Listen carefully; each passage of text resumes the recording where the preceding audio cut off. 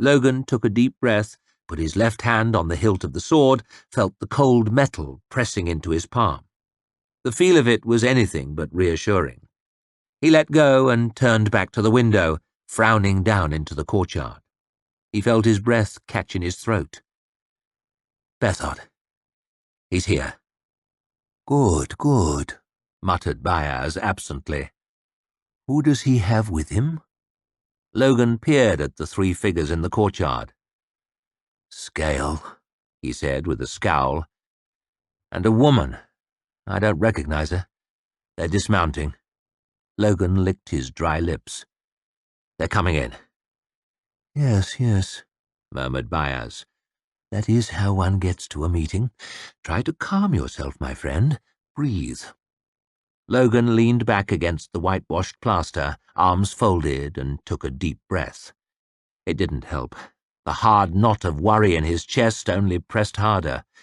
He could hear heavy footsteps in the corridor outside. The doorknob turned. Scale was the first into the room.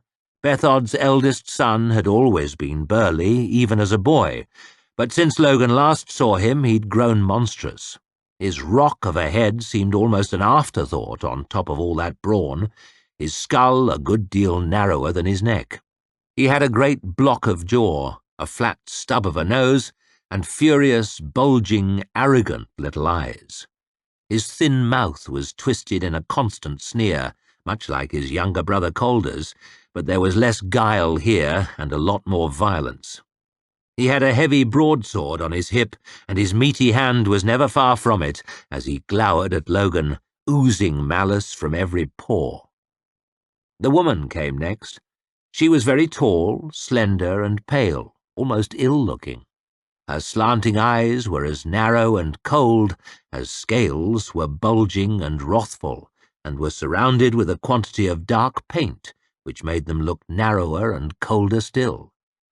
There were golden rings on her long fingers, golden bracelets on her thin arms, golden chains around her white neck. She swept the room with her frosty blue eyes, each thing she noticed seeming to lift her to new heights of disgust and contempt. First the furniture, then the books, particularly Logen, and Bayaz most of all. The self-styled King of the Northmen came last, and more magnificent than ever, robed in rich coloured cloth and rare white furs. He wore a heavy golden chain across his shoulders, a golden circlet round his head, set with a single diamond, big as a bird's egg. His smiling face was more deeply lined than Logen remembered, his hair and beard touched with grey, but he was no less tall, no less vigorous, no less handsome, and he'd gained much of authority and wisdom, of majesty even. He looked every inch a great man, a wise man, a just man. He looked every inch a king. But Logen knew better. "Bethod," said Bayaz warmly, snapping his book shut. "My old friend, you can hardly imagine what a joy it is to see you again." He swung his feet off the table and gestured at the golden chain, the flashing diamond. "And to see you so hugely advanced in the world. I remember the time was you were happy to visit me alone, but I suppose great men must be attended on, and I see you have brought some other people. Your charming son, I know, of course. I see that you've been eating well at least, eh, Scale?" "Prince Scale," rumbled Bethod's monstrous son, his eyes popping out even more. Said Bayaz with an eyebrow raised. "I have not had the pleasure of meeting your other companion before." "I am Cowrib." Logen blinked. The woman's voice was the most beautiful thing he'd ever heard. Calming, soothing, intoxicating.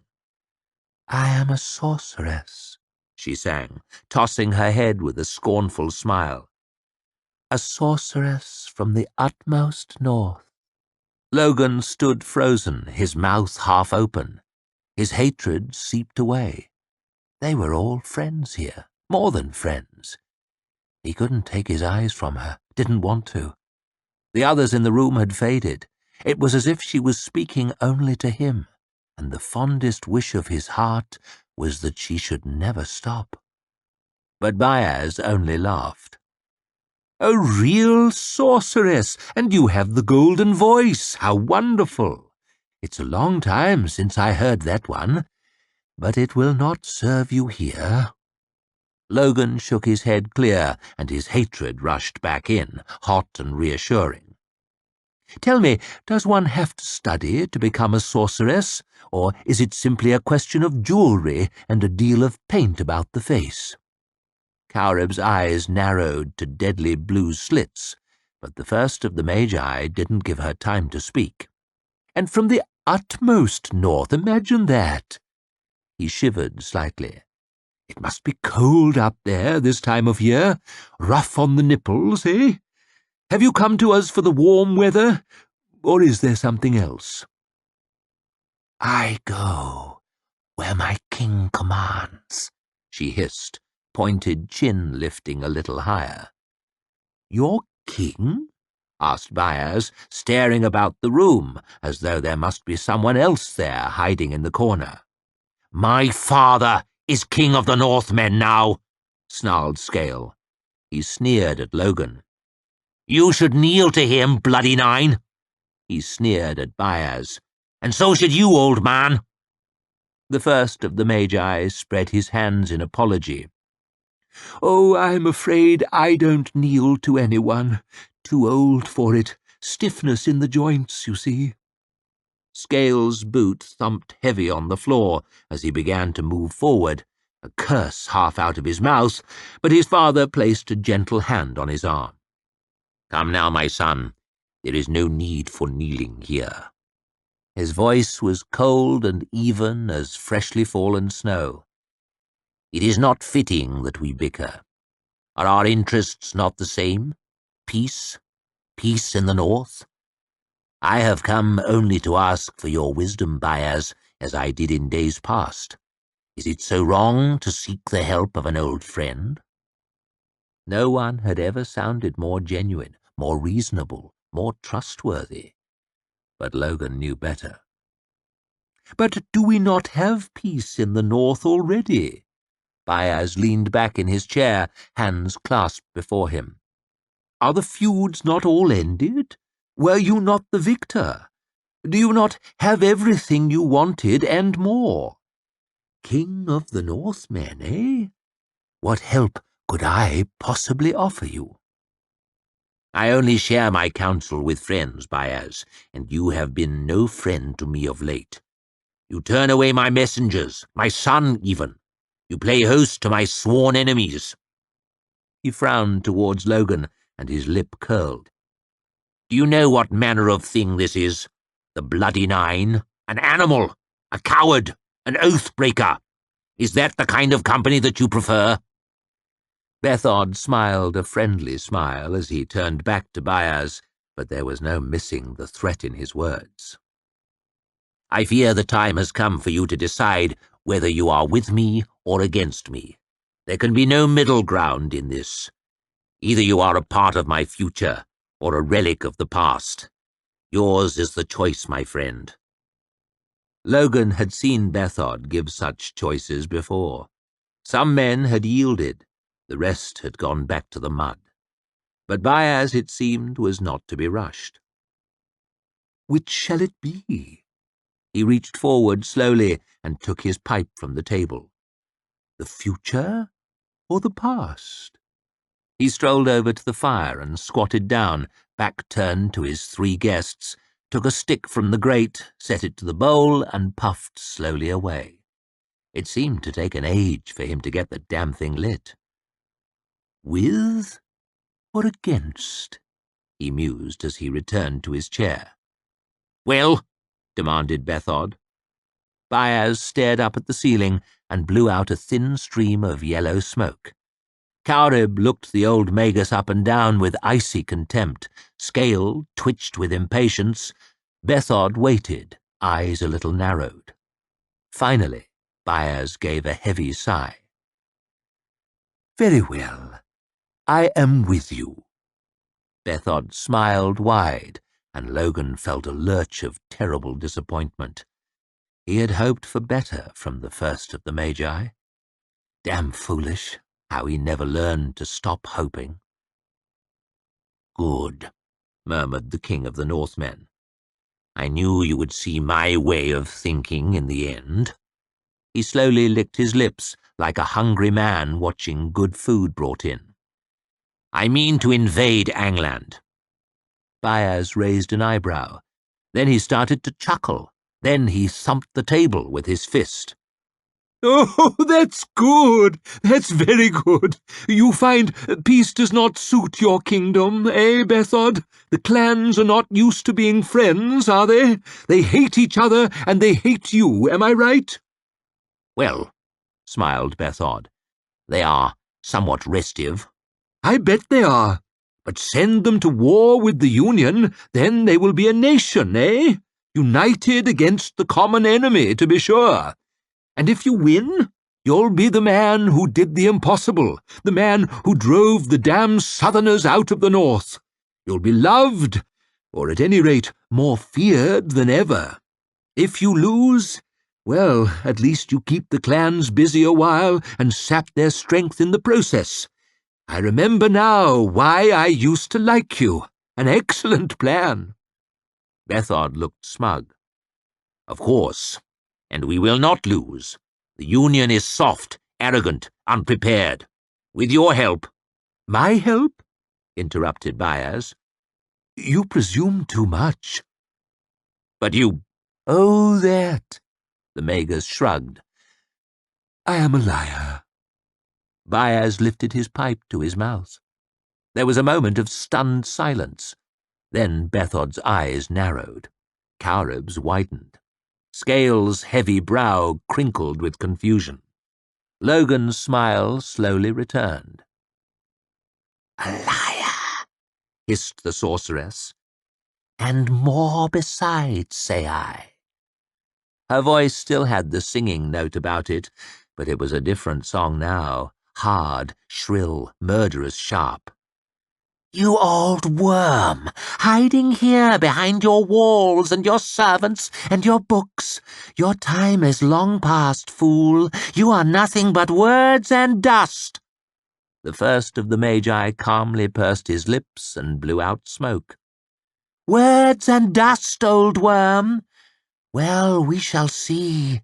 We will come to your library." The wizard set his pipe carefully down on the table, a little smoke still curling up out of the bowl. "We will come back to your library and put your walls to the hammer, your servants to the sword, and your books to the fire, to the—" "Silence!" Bayaz was frowning now, deeper even than he had at Calder days before in the yard outside. Again Logen felt the desire to step away, but stronger by far. He found himself glancing around the room for a place to hide. Cowrib's lips still moved, but only a meaningless croak came out. "Break my walls, would you?" murmured Bayaz. His grey brows drew inwards, deep, hard grooves cutting into the bridge of his nose. "Kill my servants, will you?" asked Bayaz. The room had turned very chill, despite the logs on the fire. "Burn my books, say you?" thundered Bayaz. "You say too much, witch!" Cowrib's knees buckled. Her white hand clawed at the doorframe, chains and bangles jingling together as she slumped against the wall. "Words and dust, am I?" Bayaz thrust up 4 fingers. "4 gifts you had of me, Bethod. The sun in winter, a storm in summer, and 2 things you could never have known but for my art. What have you given me in return, eh? This lake and this valley, which were mine already, and but one other thing." Bethod's eyes flicked across to Logen, then back. "You owe me still, yet you send messengers to me. You make demands. You presume to command me." That is not my idea of manners." Scale had caught up now, and his eyes were near popping out of his head. "Manners? What does a king need with manners? A king takes what he wants." And he took a heavy step towards the table. Now Scale was big enough and cruel enough, to be sure. Most likely you could never find a better man for kicking someone once he was down. But Logen wasn't down, not yet, and he was good and sick of listening to this bloated fool. He stepped forward to block Scale's path, resting his hand on the hilt of his sword. "Far enough!" The prince looked Logen over with his bulging eyes, held up his meaty fist, squeezing his great fingers so the knuckles turned white. "Don't tempt me, Ninefingers, you broken cur. Your day's long past. I could crush you like an egg." "You can try it, but I've no mind to let you. You know my work. One step more, and I'll set to work on you, you fucking swollen pig." "Scale," snapped Bethod. "There is nothing for us here. That much is plain. We are leaving." The hulking prince locked his great lump of a jaw, his huge hands clenching and unclenching by his sides, glowering at Logen with the most bestial hatred imaginable. Then he sneered and slowly backed away. Bayaz leaned forward. "You said you would bring peace to the north, Bethod, and what have you done? You have piled war on war. The land is bled white with your pride and your brutality. King of the Northmen? Ha! You're not worth the helping. And to think I had such high hopes for you." Bethod only frowned, his eyes as cold as the diamond on his forehead. "You have made an enemy of me, Bayaz, and I am a bad enemy to have, the very worst. You will yet regret this day's work." He turned his scorn on Logen. "As for you, Ninefingers, you will have no more mercy from me. Every man in the north will be your enemy now. You will be hated and hunted and cursed wherever you go. I will see to it." Logen shrugged. There was nothing new there. Bayaz stood up from his chair. "You've said your piece. Now take your witch and get you gone." Cowrib stumbled from the room first, still gasping for air. Scale gave Logen one last scowl, then he turned and lumbered away. The so-called King of the Northmen was the last to leave, nodding slowly and sweeping the room with a deadly glare. As their footsteps faded down the corridor, Logen took a deep breath, steadied himself, and let his hand drop from the hilt of the sword. "So," said Bayaz brightly, "that went well.